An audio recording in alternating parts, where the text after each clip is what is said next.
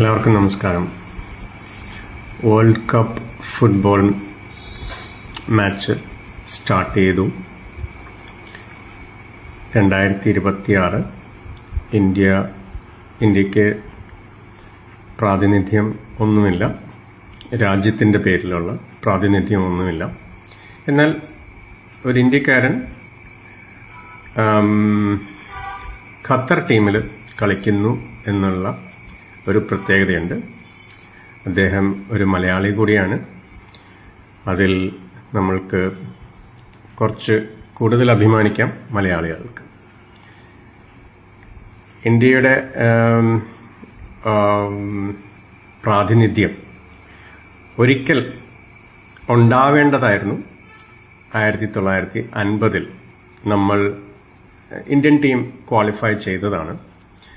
എന്നാൽ ഇന്ത്യൻ ടീമിന് പോവാൻ പറ്റാത്ത സാഹചര്യം 1-2 കാര്യങ്ങൾ കൊണ്ടുണ്ടായി. അത് അന്നത്തെ ചെലവുകൾ താങ്ങുവാനുള്ള പ്രാപ്തി നമുക്കുണ്ടായില്ല.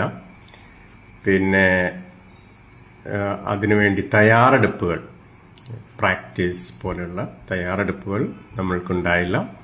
അതിനോടൊപ്പം തന്നെ നമ്മൾക്ക് ഒളിമ്പിക്സ് പ്രയോറിറ്റൈസ് ചെയ്യണമായിരുന്നു. അതുകൊണ്ടും കൂടി നമ്മൾ 1950 ബ്രസീലിൽ നടന്ന ആ വേൾഡ് കപ്പ് മാച്ചിൽ നമ്മൾ പങ്കെടുത്തില്ല. 2026 ഇന്ത്യക്ക് ഇപ്പോഴും ഒരു പ്രാതിനിധ്യവും ഇല്ലാത്ത ഫുട്ബോൾ വേൾഡ് കപ്പ് നടക്കുകയാണ്.